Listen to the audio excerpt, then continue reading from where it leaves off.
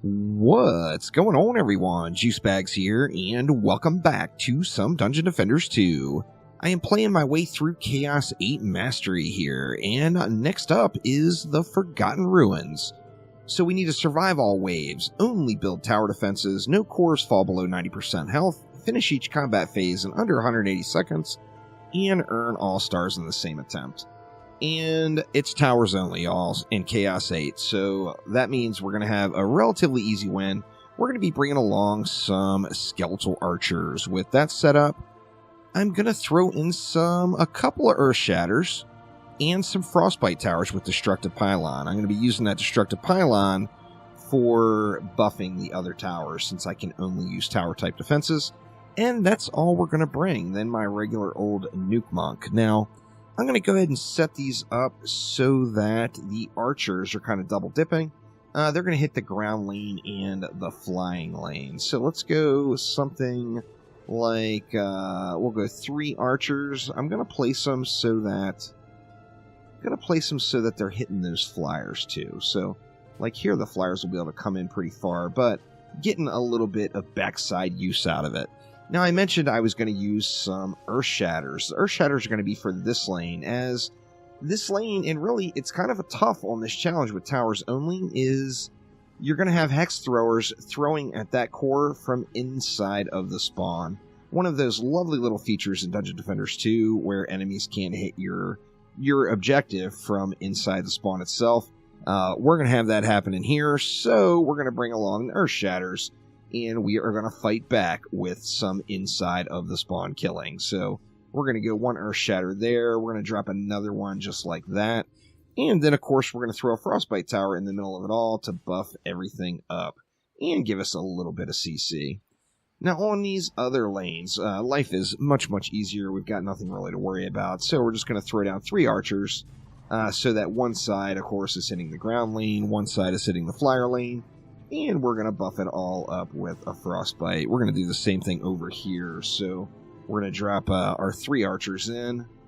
One side ground lane, one side flyers. And then jacking it all up with a Frostbite Tower. Now this gives us a pretty generous amount of DU for the bottom lane. We got 330 DU to use down below. Just a beast. Here we're just going to spam it up. So I'm going to drop, 1, 2, 3, 4. We want to keep going. 5 archers? Yeah, okay. We'll drop 5 archers there. We'll throw down a Frostbite Tower. Then that's going to leave me 100 more DU. We can even go an Earth Shatter down here. And another archer. Now, we could throw in a PDT to get the Petrified combo down here. In fact, I think that's probably the right thing to do. Let's just go ahead and do it. Let's get a Poison Dart Tower down here. We're going to be using that set up on it. And then we'll get the Petrify combo in as well. So, a little Poison Dart Tower action. And, yeah, looking shiny. So, we're going to roll with the Nuke Monk here. We've got 100 left. Just going to go ahead and spend that right here. And there is our 100. Now, we won't have to worry about anything until the Hex Throwers show up. The Hex Throwers aren't going to be here until, I think, like Wave 3 or Wave 4, something like that. So it's going to be pretty smooth sail until then. Wave 1, of course, is just going to be all about burning through the packs. And then our only real concern is that core, to be honest with you. It's the short lane. We want to keep these enemies knocked up inside of the spawn and not give those Hex Throwers any opportunity to take out that core from inside the spawn like the dirty little cheaters that they are. So we got to just wait for them. You know, it's going to be a few waves until they get here, and we'll see how that goes. So wave 1, of course, is going to be going super smooth. Wave 2 probably as well. If we get a Siege Roller, we will want to, just make sure we handle that Siege Roller. But everything should just get smacked. Maybe keep an eye on the Dive Bombers, too. If you see any yellow flyers on the mini-maps, nothing wrong with spraying in and helping those guys out just a little bit.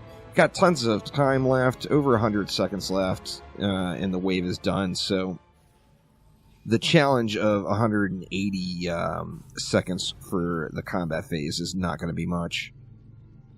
not going to be much of a problem at all. Let's go ahead and just throw an upgrade on everything over here. We'll throw some upgrades on the archers in the middle as well. And then I think anything else will drop into that lower lane. So any more mana laying around? Yeah, there's a little bit down here. We should be able to get a few upgrades in. And then we'll just drop those on the archers as well. Here it's just raw firepower, getting the pew-pews in. And let's let it fly here. So wave 2 is upon us. We still won't have any assassins or hex throwers yet. So nothing to worry about there. It's going to be all about completing wave 5 and getting the hex throwers killed on the short lane. Like I said, they are some dirty little cheaters, and they will throw from inside of the spawn. So that could be a problem. But that is really the only thing I'm super worried about. I debated on even throwing some towers down here just to kind of sucker them in. But I think what I'm going to do is, in the hex thrower waves, just get down here and get up in their face and sacrifice myself if need be, and give the Earth Shatter time to take a couple of shots. So I think that should get it done. We got a Plaguing Hawk here, and it is coming from the lower lane. So we're going to have to wait about a month until that one gets out, as that lower lane is really, really long. And the Plaguing Hawk, of course, likes to walk super slow, but I don't think we're going to have a problem. Still over 100 seconds left, so he's a slow walker, but he's not that slow. So there, he's finally out now. And GG's to the Plaguing Hawk. We got one more bad in the middle lane, but we are looking shiny. So let's go ahead and jump on forward to wave number 5 and see if we can't get this map, pardon me, all wrapped up. And here we go in wave number 5. Now, as expected, the hex throwers got real uppity real quick here, so they didn't show up until wave 4, so you don't have to really worry about this core until wave 4. But oh yeah, when wave 4 gets here, you are gonna want to make sure you are paying attention to those guys, and no doubt about it. So let's see, let's just throw some ups around. I got a siege roller last wave in the lower lane, and down there, any of the bosses that come are kind of a non-issue. But the siege roller, you want to make sure it's not blowing everything up or as you're running around and it's shooting roller rockets at you. But what I did to deal with the hex throwers is, first off, I'm using Sparkle Party, mainly for the assassins. But if hex throwers come out, I can pop it, and that's going to stun them for a second and give the Earth Shatter a moment to get to work. But I'm buffing and then starting the wave. So let's go ahead and get our buff in, then we'll start the wave. And yep, we got hex throwers right out of the gates again. We got those handled, but I'm going to go ahead and drop, I dropped my Sparkle Party just in case in the middle of that pack. I'm going to keep spraying into them here. As any hex throwers that come, it's going to end the day. It's going to be a big, big problem. So just kind of letting those berserkers take their shots. Even at 256,000 health, it wasn't enough to kill me. So no problem there. And let's just keep on spraying and praying. And it's really all about the spawn camp right here. And we got some Frostfire here, which is going to help us with those assassins. But the Earth Shatter is pretty quick to get on them as well. We got a Plaguing Hawk coming. It looks like we're going to have a roller in the middle. So we will have a roller to attend to. We got plenty of time, though. We'll be able to take care of that roller dead last. So no problems there. It looks like no more hex throwers, thank God, because I did get wrecked. And getting wrecked, of course, is not one of the requirements on this mastery map. So let's see. Let's go ahead and drop a real quick boost. See if we can't get in behind this guy. We got the roller, we got Malthius, and yep, we got us a win.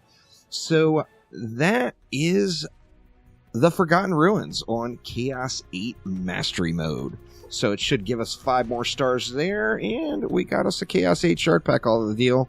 Oh joy, oh joy. So we got our 5 stars, and we are ready to keep on moving along. But that will do it for today. So thank you all so much for watching, and I will see ya next time around. Take it easy.